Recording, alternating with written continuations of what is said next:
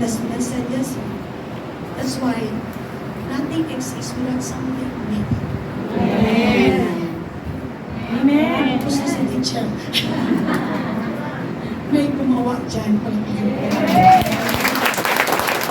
Sabi ko natin, God made you. God made You are you. made by God. You are made by God. And the maker of the heavens and the earth is the maker of the rich and the poor. So there's one common, so rich and poor, they have one maker, God. So when I realized that, you are rich, God is poor, you are the same. You have one maker. And you need to return to the one who has made you. And the moment you return to the one who made you because he's good, you will also become good. And because the one who made you is really loving God, you will become a loving person. And you will learn to forgive. And you will learn to understand. And because our God is full of wisdom, next time you will be filled with wisdom too. You will not just judge immediately the situation. Like us, we have works, the attitudes of people varies. It depends on the bringing and the principle of the person. But the moment the principle of the person is based on the word of God, that person will become a person who will not bring trouble to you, but that person will be a blessing to you. Thank you, Lord. And natin sa ating katabi, we are made. We are made To worship the to Lord. worship the Lord. Genesis 12:2-3, the Lord said, I will bless you. I will make your name great. I will make you into a great nation. Those who bless you will be blessed, and those who curse you will be cursed. And all the nations of the earth will be blessed through you. Now we are on the third part of the parable. Si Bishop pala, 2:20 a.m. this morning, today, he is already in Cubao, Quezon City. Kasi he just finished his mission yesterday. He came last Saturday, but he needs to go back to the mission field in the Philippines after the 1-month mission in Europe. So churches sa Netherlands, sa church natin sa mga newly opened churches, Spain. Are you glad that there is a church in Hong Kong like this? Yes. That you have a place to go every Sunday? Yes. And you just don't sit down out there and wait for something, trying to believe that something is coming. Amen. Will bless your life, but next time we'll be mad at your friends. Amen. Disappointing you, but you know, a person cannot always promise good things to you, but God can promise you. Amen. Second, Jeremiah 29:11, my plan for you is to prosper you and not harm you, but to give you hope and a future. We have trials, we have different trials according to our capacity. This is fixed, this is constant. You will not be in a situation if it's not your capacity. Yes. Sa tabi natin, you deserve that. Mamakin natin ang Panginoon. So let's pray and this third topic. Father, we thank you for blessing us. Father, thank you for always blessing us. You're blessing us in our whole being, spirit, soul, and body. That every aspect of our lives, you want us to experience your will. You came here on earth, Lord Jesus, to give us abundant life. Thank you, Lord. We just do everything in our study, we are glorified, and we welcome your mighty move by the power of the Holy Spirit. Everything shall be done. We give you glory, God. In Jesus' name we pray. Amen. Praise the Lord. Sa mga kapatid, our Lord Jesus, He tells stories, and He preaches, and He teaches, and He uses parables. Sa Tagalog ay talinghaga.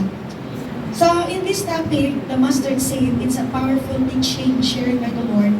Now, we can find this topic in Matthew 13, in Mark 4, in Luke 13, in the Bible. Now, the parable of the mustard seed. The mustard seed, sabi ng Matthew 13, look at this point number 1. The smallness of the mustard seed. Maliit po ang seed na mustard. This is it. Maliit pa siya. Very tiny seed. The smallest seed amongst all the seeds of mustards.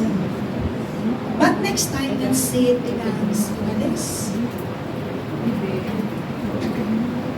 So pag Pilipino, pag sinabi ng mustard, akala mo mustasa. You mix it in the soup. Miso, may miso. Especially my mom. Ang galing niya gumawa. Nasa heaven ang Tony ko. Ang galing niya gumawa ng burong mustasa. Sino nakatikim ng burong mustasa? Ang sarap niya gumawa nun. Talagang kung payat ka, tataba ka na. Si, give me one minute. I'll give you some samples. This is the mustard seed. Okay, bibigyan ko kayo sa isa. You can just feel it. Too small. Share it na. Okay, isa na ito. Malit po masyado. The smallest seed. And the biggest seed is coconut seed. Sige, share it. Asan ko pa lang ng isa. Ayan, nahulog na. Hindi na mapapansin. So, malit ba? Sobrang liit? The smallest seed. This is mustard seed. So, nandito na lang. Pasensya rin nasa likod. Yes, Okay. Maliit ba o malaki? Sobrang liit? Too small? Parang buhangin siya. So, mga kapatid, the smallness of the mustard seed. In this parable, can we read all together, please, Matthew 13? He put another parable before them, saying, the kingdom of heaven is like the grain of mustard seed, that a man took and sowed in his field. It is the smallest of all seeds, but when it has grown, it is larger than all the garden plants and becomes a tree. Tingnan natin yung tree. Okay, look at this. Wow! Amen? Ano siya natin? Too small, tiny seed, the smallest seed. What's the smallest seed? Mustard. The biggest seed? Coconut. Yung buko, yung yug. So, ito na siya, mga kapatid. Okay, let's continue now. Okay, it is larger than all the garden plants and becomes a tree. So that the birds of the air come and make nest in its branches. Mga kapatid, the birds cannot put their nest, they cannot make nest there pag walang maraming branches at walang mga leaves. Clear, mga kapatid? You will not like it. Kaya nga napili sa illustration, look at this, may tao sa ilalim. There is a shade underneath. You will be refreshed. At maraming tao, nakita niyo ang kapatid? Sa ilalim ng mustard tree. So, sinong natuwa? Alam na niyo yung tsura ng mustard tree? So, now, you have a breakthrough. Palamakan natin ang Panginoon. So, hindi siya yung mustasa. So, it is larger than all the garden plants and becomes a tree. So that, ang ganda ng word ni Lord, sabi niya, so that the birds, sabi natin, so that the birds of the air come and make nest in the branches. So, without further explanation, sa parable, teaching of the Lord, He used a literal illustration that Israeli sees a real tree, a mustard tree. Kasi ang gandang mag-explain kung meron, if you can show to them the, in context, literal illustration of that something.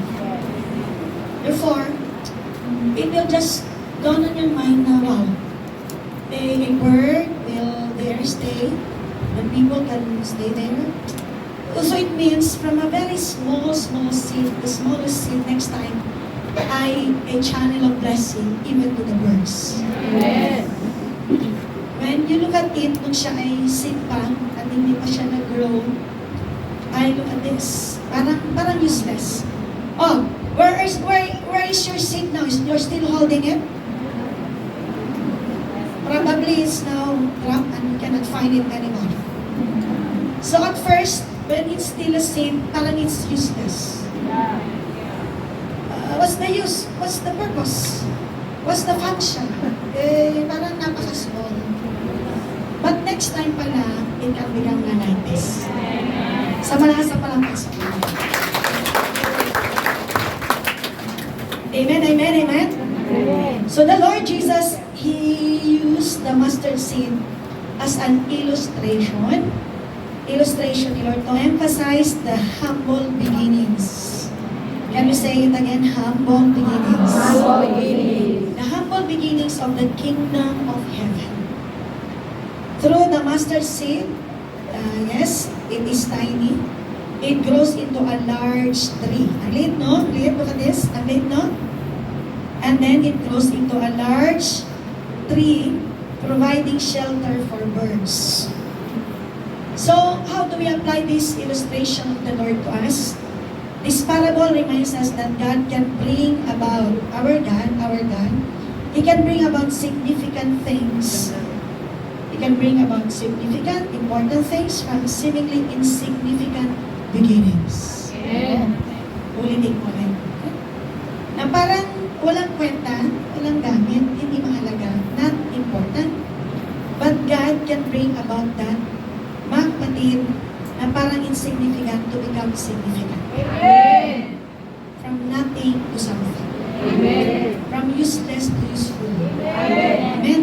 So it encourages us not to despise small beginnings. Amen. So don't look at it na too small. So what will be the result of this? Just wait and just believe na may parable of the mustard seed. Na one time parang insignificant, parang napakaliit, small beginnings, but next time you will see the result. It will bless many. Amen. Amen? So, mga kapatid, the Lord is encouraging us not to despise small beginnings. Like as we started in Hong Kong, in the nature of the job, generally, Filipinos in Hong Kong as OFW, started like a house, a family. But next time, we have a lot of brethren na nasa iba't ibang parts ng mundo. Now, the small beginnings, parang, what will be the next of my life after this? Just wait, don't be impatient. Don't despise that small beginnings. But you have to have faith that God can use even the smallest acts of obedience and faithfulness to bring about His kingdom purposes. Amen. High five sa tabi. Amen, amen. Amen, amen. Amen. So, ibig sabihin mga kapatid, everything that just like David, he started as the shepherd boy. Amen. Humble beginning. He can count the sheep.